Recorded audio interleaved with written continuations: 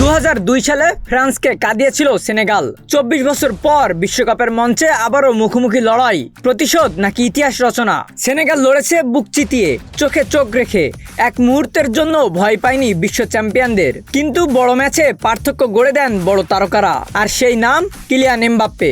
বিশ্ব মঞ্চে তিনি নিজেকে মেলে ধরতে ভুল করেননি। তার পা থেকে প্রথম গোলটি আসে ফ্রান্সের, আবার সেই এমবাপ্পেই শেষ গোল করে সেনেগালের কফিনে শেষ পেরেকটি পুঁতে দেন।